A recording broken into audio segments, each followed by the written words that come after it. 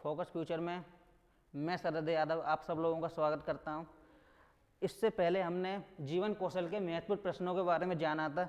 उसी क्रम में आगे बढ़ाते हुए कुछ महत्वपूर्ण प्रश्नों को मैं आपके सामने रखूंगा। ये काफ़ी महत्वपूर्ण प्रश्न है, तो कृपया करके आप वीडियो को पूरी देखिएगा और वीडियो को बिल्कुल भी स्किप ना करें।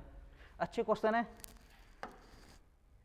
जैसे कि पहला प्रश्न आपके सामने है, व्यक्ति द्वारा उचित निर्णय लेने की क्षमता एवं भावनाओं में संतुलन स्थापित करने की कला क्या कहलाती है? देखिएगा, जीवन कौशल क्या होता है हमारा? जीवन कौशल ये होता है कि हम अपनी लाइफ को बेस्ट से बेस्ट जी सकें, अपनी लाइफ को बेटर कर सकें, वही जीवन कौशल है। तो उसमें कई सारे कौशल होते हैं, विश्लेषणात्मक क्षमता, अधिगम क्षमता, भाषा कौशल और आत्मबोध, ये सब हमारे जीवन कौशल में आते हैं। तो अगर बात करें व्यक्ति द्वारा उचित निर्णय, राइट डिसीजन मेकिंग एवं भावनाओं में संतुलन स्थापित करने की कला क्या कहलाती है? तो चार ऑप्शन हमारे सामने हैं, विश्लेषण क्षमता, एनालिटिकल थिंकिंग, लाइफ स्किल्स जीवन कौशल, अधिगम क्षमता, भाषा कौशल। देखा जाए तो ये चारों ही विकल्प कहीं ना कहीं सही हैं। अगर बात करें तो एक ऐसा पार्ट है जिसके अंदर ये तीनों देखने को मिलते हैं, तो वो है हमारा जीवन कौशल। तो इसका बिल्कुल सही उत्तर होगा, वो होगा जीवन कौशल। इसका बिल्कुल सही उत्तर जीवन कौशल होगा। ठीक है, जीवन कौशल इसका बिल्कुल सही उत्तर होगा। जीवन कौशल क्या होता है? हम अपनी लाइफ को जितना बेटर बनाते हैं जिन कौशलों के द्वारा, वही हमारा सब जीवन कौशल है। अगला प्रश्न, जीवन कौशल व्यक्ति की समस्याओं को सुलझाने में किस प्रकार मदद करता है? अगर हमें अपनी समस्या सुलझानी है तो जीवन कौशल किस प्रकार मदद करता है? जीवन कौशल कोई एक कौशल नहीं है, जीवन कौशल बहुत सारे कौशलों का संग्रह है। जिन जिन कौशलों को अपने जीवन को बेटर बनाने के लिए हम यूज करते हैं, वो सारे कौशल जीवन कौशल में आ जाएंगे। तो पहला प्रश्न हमने पूरा किया। दूसरा प्रश्न आपके सामने है, जीवन कौशल व्यक्ति की समस्या को सुलझाने में किस प्रकार मदद करता है? तो पहला ऑप्शन, उचित प्रबंधन हेतु ज्ञान प्रदान कर, समावेशी शिक्षा का निषेध कर, आत्मबोध के लक्षणों से परे होकर, रचनात्मक सोच को त्याग कर। पहली बात तो है, अगर रचनात्मक सोच क्या होती है? मैंने आपको रचनात्मक सोच के बारे में बताया था। रचनात्मक सोच होती है कि हमें भिन्न प्रकार से सोचना और नए उपायों को अपने उपायों में संग्रह करना। भिन्न प्रकार से सोचना, सबसे हटके सोचना, वो रचनात्मक सोच होती है। अगर हम रचनात्मक सोच को ही त्याग देंगे तो समस्याओं को हम कैसे सुलझा पाएंगे? तो ये तो हो ही नहीं सकता। अगर ऑप्शन सी की बात करें, आत्मबोध के लक्षणों से परे होकर, आत्मबोध के लक्षणों से परे होकर मतलब कि आत्मबोध के लक्षणों को हटाकर। अगर आत्मबोध के लक्षणों से परे होकर, परे नहीं होता तो हम इसके बारे में सोचते, लेकिन परे होकर तो ये ऑप्शन नहीं होगा। आत्मबोध के लक्षण को हटाकर हम किसी समस्या को सुलझा नहीं पाएंगे। समावेशी शिक्षा का निषेध कर, अगर हम शिक्षा को ही हटा देंगे तो हम समस्या को कैसे सुलझा पाएंगे? निषेध का मतलब उसको हटाना, उसको शामिल करना नहीं, उसको हटाना।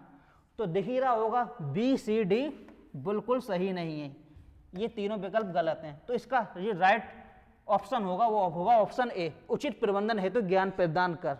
उचित प्रबंधन हेतु ज्ञान प्रदान कर।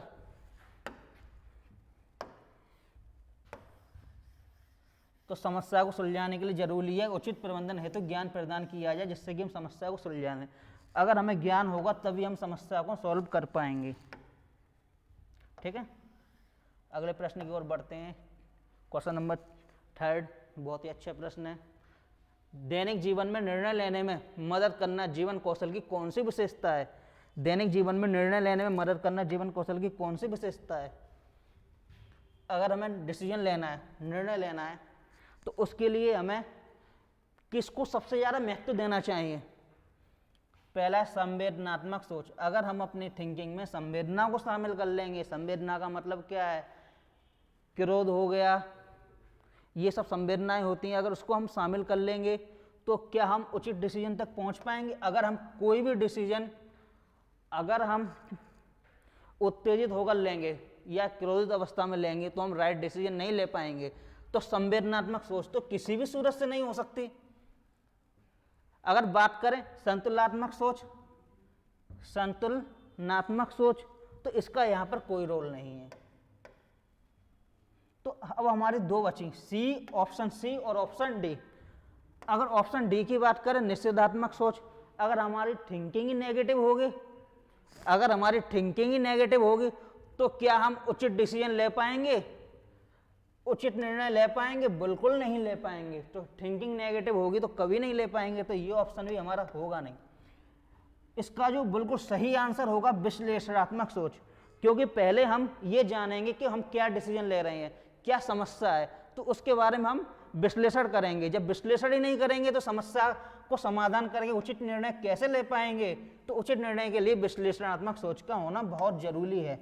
ये बहुत ही महत्वपूर्ण जीवन कौशल है, विश्लेषणात्मक सोच। विश्लेषणात्मक सोच का होना बहुत जरूरी है। ठीक है।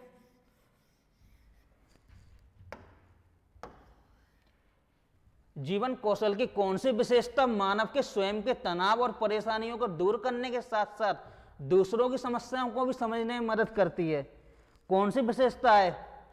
ऑप्शन ए है आत्मसम्मान, आत्मसम्मान, आत्मसम्मान, सेल्फ रेस्पेक्ट। सेल्फ रेस्पेक्ट अगर हम देखेंगे तो किसी दूसरे की समस्या को हम सुलझा नहीं पाएंगे। आत्मसम्मान इतना महत्व नहीं रखता है। आत्मशिक्षा, हाँ कहीं तक आत्मशिक्षा जरूरी है। समायोजित शिक्षा और आत्म जागरूकता। ऑप्शन बी, सी, डी सही है, लेकिन इसमें जो सबसे ज़्यादा सही है वो आत्म जागरूकता। क्यों? अगर हम स्वयं के तनाव और परेशानियों को दूर कर पाएंगे तभी तो हम दूसरे की समस्या को सुलझा पाएंगे। तो पहले अपने आप को जानना जरूरी है। हमारे अंदर अवेयरनेस होनी चाहिए। अगर हमारे अंदर आत्म जागरूकता नहीं होगी तो हम किसी दूसरे की समस्या को सुलझा नहीं पाएंगे। तो इसका जो बिल्कुल सही उत्तर होगा वो होगा आत्म जागरूकता। आत्म जागरूकता, स्वयं के अलावा दूसरों की समस्याओं को हम सॉल्व कर पाएंगे, तो उसके लिए आत्म जागरूकता बहुत जरूरी है। आत्म जागरूकता बहुत आवश्यक है। अगला प्रश्न बहुत ही अच्छा प्रश्न है। रचनात्मक सोच व्यक्ति की किस प्रकार से मदद करती है? तो रचनात्मक सोच के बारे में मैंने पहले ही आपको बता दिया था कि ये क्या होती है। ये अलग तरीके से सोचने के ऊपर प्रेरित है कि हम किस प्रकार सोच पा रहे हैं। हमें अलग हटके सोचना है सबसे। तो ऑप्शन को देखते हैं, क्योंकि चारों ऑप्शन को बहुत ध्यान से पढ़िएगा। ऑप्शन को ध्यान से पढ़ना जरूरी है। ये व्यक्ति में शिक्षा का विकास करती है? नहीं। व्यक्ति का शारीरिक विकास रचनात्मक सोच से होता है? ये भी सही नहीं है। व्यक्ति में नए और भिन्न तरीके से कार्य करने का मार्ग प्रशस्त करके, बिल्कुल सही उत्तर होगा ऑप्शन नंबर सी। व्यक्ति के अंदर नए और भिन्न तरीके से सोचना ही रचनात्मक सोच है। तो क्लियर हुआ? तो रचनात्मक सोच क्या है? नए तरीके से सोचना, भिन्न तरीके से, सबसे अलग हटके सोचना। अगर सबसे अलग हटके नहीं सोचेंगे तो हम प्रॉब्लम को सॉल्व आसानी से नहीं कर पाएंगे। सबसे अलग हटकर सोचना। अगला प्रश्न है, जीवन कौशल की मुख्य विशेषताएं क्या हैं? जीवन कौशल की मुख्य विशेषताएं क्या हैं? आत्म जागरूकता, रचनात्मक सोच, सहानुभूति, एक और होता है समानुभूति। देखिएगा, आत्म जागरूकता सब लोग अच्छे से अवगत हैं, रचनात्मक सोच भी जानते हैं। जिससे इससे पहले हमने जाना था कि हमें भिन्न तरीके से सोचना ही रचनात्मक सोच है। अलग हटके, सबसे अलग हटकर सोचना ही रचनात्मक सोच है। आत्म जागरूकता का मतलब है स्वयं को जानना, स्वयं के अंदर जो तनाव है उसको दूर करना ही आत्म जागरूकता के अंदर आ जाएगा। और एक होता है सहानुभूति, एक होता है समानुभूति। सहानुभूति और समानुभूति, एक होता है सहानुभूति और समानुभूति। तो सहानुभूति हमारा होता है सिंपैथी, सिंपैथी, और समानुभूति होता है एम्पैथी। दोनों में बस छोटा सा अंतर है। हम लोग एक समझ बैठते हैं सहानुभूति समानुभूति, दोनों में केवल अंतर ये है, सहानुभूति होता है किसी की पीड़ा को समझना या किसी की समस्याओं को समझना, किसी की समस्याओं को जानना, सहानुभूति। और समानुभूति होता है कि दूसरे की समस्याओं को अपने स्वयं की समस्या मानकर सॉल्व करना, दूसरे की समस्या को अपने स्वयं की समस्या मानकर सॉल्व करना, ये आ जाएगा हमारा समानुभूति में। जैसा कि मैंने आपको लास्ट क्लास में पढ़ाया था, जिसको ये बात समझ नहीं आई मेरी पिछली वीडियो को एक बार ध्यान से देख लीजिए, पिछली वीडियो को देख लीजिए एक बार ध्यान से, आपको बहुत अच्छे से क्लियर हो जाएगा टॉपिक। छोटा सा कन्फ्यूजन है और इस कन्फ्यूजन को अगर हमने दूर नहीं किया तो हमारा प्रश्न गलत हो सकता है, एग्जाम में गलत होने के चांसेस बहुत ज़्यादा रहते हैं। दूसरे व्यक्ति को आहत किए बगैर अपनी राय व्यक्त करने की कला क्या कहलाती है? अगर हमारा बोलचाल का तरीका अच्छा होगा, अगर हमारा बोलचाल का तरीका अच्छा होगा, हम उस भाषा का प्रयोग कर रहे होंगे कि जिससे दूसरे व्यक्ति को अच्छा लगे। आप लोगों ने एक मुहावरा सुना होगा, ऐसी वाणी बोलिए, ऐसी वाणी बोलिए मन का आपा खोए, औरन को शीतल करे आपो शीतल होए। तो हमें उस वाणी का प्रयोग करना चाहिए जिससे क्या हो, दूसरे को तो अच्छा लगे और हमें भी अच्छा लगे। इसको अगर इससे जोड़ दिया जाए तो देखा जाएगा प्रभावी संप्रेषण। अब प्रश्न ये बनता है, सर आप बोली की बात कर रहे हो, प्रभावी संप्रेषण कैसे हो जाएगा? इसका उत्तर तो प्रभावी संप्रेषण ऐसे होगा, संप्रेषण का मतलब होता है कम्युनिकेशन, संप्रेषण का मतलब होता है कम्युनिकेशन, संप्रेषण का मतलब होता है कम्युनिकेशन। कम्युनिकेशन का मतलब है दूसरे से संवाद स्थापित करना, दूसरे से बोलना। और प्रभावी का मतलब इफेक्टिव कम्युनिकेशन, मतलब हम उस प्रकार से संवाद स्थापित करेंगे इससे कि दूसरे को बुरा ना लगे, दूसरा व्यक्ति आहत ना हो, दूसरा व्यक्ति आहत ना हो। उस प्रकार अगर दूसरा व्यक्ति आहत ना हो, उस प्रकार के संप्रेषण का अगर हम यूज करते हैं तो प्रभावी संप्रेषण आ जाएगा। तो सब क्वेश्चन को समझिएगा, दूसरे व्यक्ति को आहत किए बगैर अपनी राय व्यक्त करने की कला क्या कहलाती है? तो आंसर होगा प्रभावी संप्रेषण। निष्प्रभाव कला नहीं हो सकता। संप्रेषण कला का मतलब है बात करना, संवाद स्थापित करना, मतलब कुछ भी बोलना। अगर हम कुछ भी बोलेंगे तो दूसरा व्यक्ति आहत हो सकता है। संप्रति संप्रेषण ये भी नहीं होगा, मतलब कि तुरंत की बात कहना, तुरंत की बात कहना, तुरंत की बात कहने से कोई मतलब नहीं है। संप्रति का मतलब है जो टॉपिक चल रहा है उस टॉपिक पे ही बात करना, जो टॉपिक चल रहा है उस टॉपिक पे ही बात करना। जैसे कि अगर हम जीवन कौशल के बारे में बात कर रहे हैं तो आप भी अगर जीवन कौशल के बारे में मुझसे संवाद करते हो, बात करते हो, तो वो हो जाएगा संप्रति संप्रेषण। अगर आप बाल विकास के बारे में मुझसे पूछते हो कि बाल विकास के बारे में सर ये बता दो, तो वो संप्रति में नहीं आएगा, वो आपका संप्रेषण में आ जाएगा केवल। वो संप्रति संप्रेषण नहीं होगा। जिसके बारे में चर्चा चल रही है उसी के बारे में बात करना ही संप्रति होता है, संप्रति होता है। जिसके बारे में चर्चा चल रही है उसके बारे में बात करना। तो इसका जो सही उत्तर होगा, इसका सही उत्तर होगा प्रभावी संप्रेषण, प्रभावी संप्रेषण।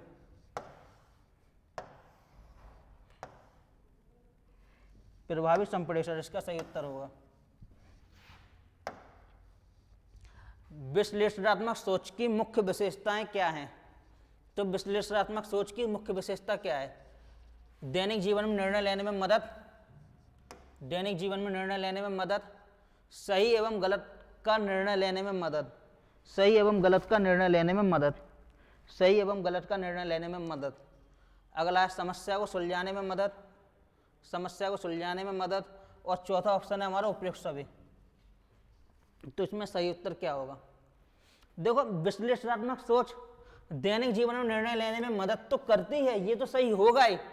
सही एवं गलत का निर्णय लेने में भी विश्लेषणात्मक सोच का योगदान रहता है।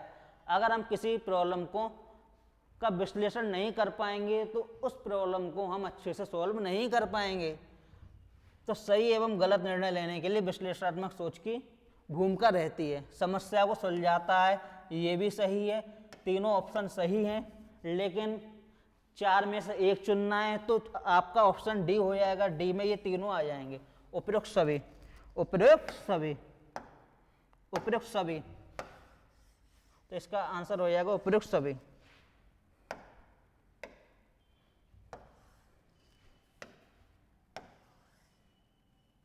चलिए आगे बढ़ते हैं। अगला प्रश्न आपके सामने, आत्म जागरूकता के मुख्य 4 तत्व कौन से हैं? तो ये मुख्य 4 तत्व को 4 को हटा दीजिए, 4 नहीं होगा। मुख्य तत्व कौन सा है? मुख्य तत्व कौन सा है आत्म जागरूकता के लिए? स्वयं को जानने से बेहतर दूसरे को जानने का प्रयास करना, संबंधों को मजबूत करना, अच्छा संवाद स्थापित करना, तनाव से बाहर आना। तो तनाव से बाहर आना नहीं होगा, अच्छा संवाद स्थापित करना हो जाए नहीं होगा, संबंधों को मजबूत करना ये भी नहीं होगा। जो इसका सही उत्तर होगा, स्वयं को जानने से बेहतर दूसरे को जानने का प्रयास करना। आत्म जागरूकता मैंने आपको बताया था, स्वयं को जानने से बेहतर दूसरों को जानने का प्रयास करना। ठीक है, अच्छा प्रश्न है, आप लोग घर पे लगाइए जरूर इन प्रश्नों को और कोशिश कीजिए जब आप वीडियो देखें, क्लास लें तो कृपया करके कॉपी लेकर बैठिएगा और उसमें सारे प्रश्नों को देखिएगा और नोट कीजिएगा। जो चीज़ आपको अच्छी लग रही है, समझ आ रही है, तो उसको नोट करने का प्रयास जरूर करिएगा। चलिए अगला प्रश्न है, समानुभूति का अर्थ क्या है? मैंने आपको समानुभूति सहानुभूति दोनों के बारे में बताया था। समानुभूति होती है किसी दूसरे की समस्या को या प्रॉब्लम को अपनी प्रॉब्लम मान के उसे हल करने का प्रयास करना। देखते हैं 4 विकल्प हमारे सामने। खुद की परेशानियों को समझना, नहीं, ये आत्म जागरूकता में आ सकता है। दूसरे व्यक्ति से अच्छा संबंध स्थापित करना, ये ऑप्शन नंबर बी भी हमारा सही नहीं होगा। संवादों को नए आयाम प्रदान करना, ये भी नहीं होगा। दूसरे व्यक्ति की अनुभूतियों को समझना, दूसरे व्यक्ति की फीलिंग्स को समझना, दूसरे व्यक्ति की भावनाओं को समझना, तो हम कब समझ पाएंगे? जब उसकी प्रॉब्लम में अपने आप को रखे देखेंगे, उसकी प्रॉब्लम को अपनी प्रॉब्लम समझेंगे। तो ऑप्शन डी सही हो जाएगा, ऑप्शन डी सही होगा, ऑप्शन डी सही होगा, बिल्कुल ऑप्शन डी सही होगा। ठीक है,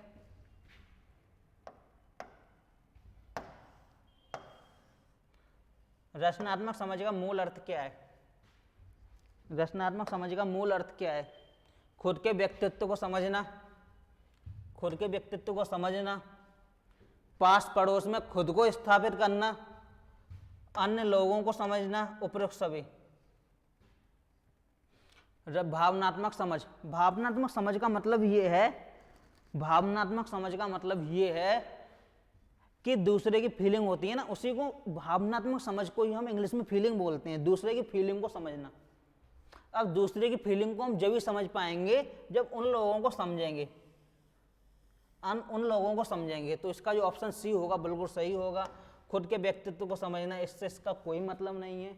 कोई व्यक्ति अपनी खुद की फीलिंग क्या समझेगा? दूसरे की फीलिंग समझेगा ना। दूसरे के प्रति भावनात्मक होगा तभी तो उसकी फीलिंग समझ आएगी उसे। पास पड़ोस में खुद को स्थापित करना, नहीं, ये भी सही नहीं है। तो इसका सही उत्तर होगा अन्य लोगों को समझना। जैसा कि आप लोग फिल्म या सीरियल्स देखते होंगे, उसमें कहा जाता है कि आप मेरी फीलिंग को नहीं समझ रहे हो। तो ये डायलॉग जरूर किसी ना किसी ने किसी ना किसी फिल्म में या सीरियल में जरूर देखा होगा। आप मेरी फीलिंग को नहीं समझ रहे हो, तो वही फीलिंग को अगर हम हिंदी में बोलें तो आप हमारी भावना को नहीं समझ रहे हो, तो वही है। तो भावनाओं को कब समझेंगे? जब हम उस व्यक्ति को समझेंगे, उस व्यक्ति के बारे में जानेंगे। तो अन्य लोगों को समझना हो जाएगा। भावनात्मक समझ का मतलब होगा अन्य लोगों को समझना, अन्य लोगों को समझना। क्लियर हुआ? आशा करता हूं आप लोगों को समझ आया होगा। अगला प्रश्न आपके सामने, भावनात्मक समझ को किस प्रकार सीखा जाता है? भावनात्मक समझ को किस प्रकार सीखा जाता है? योजना बनाकर, शिक्षा से, अभ्यास या प्रयास द्वारा, संवाद द्वारा। ये योजना बनाकर कैसे सीखेंगे? योजना से तो कोई मतलब ही नहीं बनता ना इसका। अब शिक्षा से भी इसका कोई संबंध नहीं है। अब अभ्यास करेंगे भावनात्मक समझ को सीखने के लिए। भावनात्मक समझ के लिए हमें दूसरे व्यक्ति से बोलचाल रखना आवश्यक है, संप्रेषण आवश्यक है, कम्युनिकेशन बहुत जरूरी है। अगर हम उससे बोलेंगे नहीं, बात नहीं करेंगे, तो हम कैसे उसकी भावनात्मक समझ को, उसकी फीलिंग को समझ पाएंगे? तो फीलिंग को कब समझेंगे? जब उससे बात करेंगे। तो बहुत ही सिंपल सा प्रश्न है, संवाद द्वारा आपको समझ आना चाहिए। ऑप्शन नंबर डी सही होगा, संवाद द्वारा। संवाद द्वारा। आंसर हो जाएगा इसका संवाद द्वारा। अगर किसी की फीलिंग को समझना है तो उसका एक ही स्रोत है कि उससे हम संवाद करें, उससे बात करें। बात ही नहीं करेंगे कैसे समझ पाएंगे? बात नहीं करेंगे तो उसकी फीलिंग को कैसे समझ पाएंगे? तो बात करना जरूरी है ना। चलिए अगले प्रश्न की ओर बढ़ते हैं। भावनात्मक समझ से किस प्रकार के व्यवहार का विकास होता है? भावनात्मक समझ से किस प्रकार के व्यवहार का विकास होता है? तो किस प्रकार के व्यवहार का विकास होता है? नकारात्मक, नेगेटिव? नहीं, नेगेटिव कैसे हो जाएगा? सकारात्मक, निषेधात्मक, अव्यवहारात्मक, समेकित। तो ऑप्शन ए, सी और डी गलत हो जाएंगे, आपको दिख भी रहे होंगे।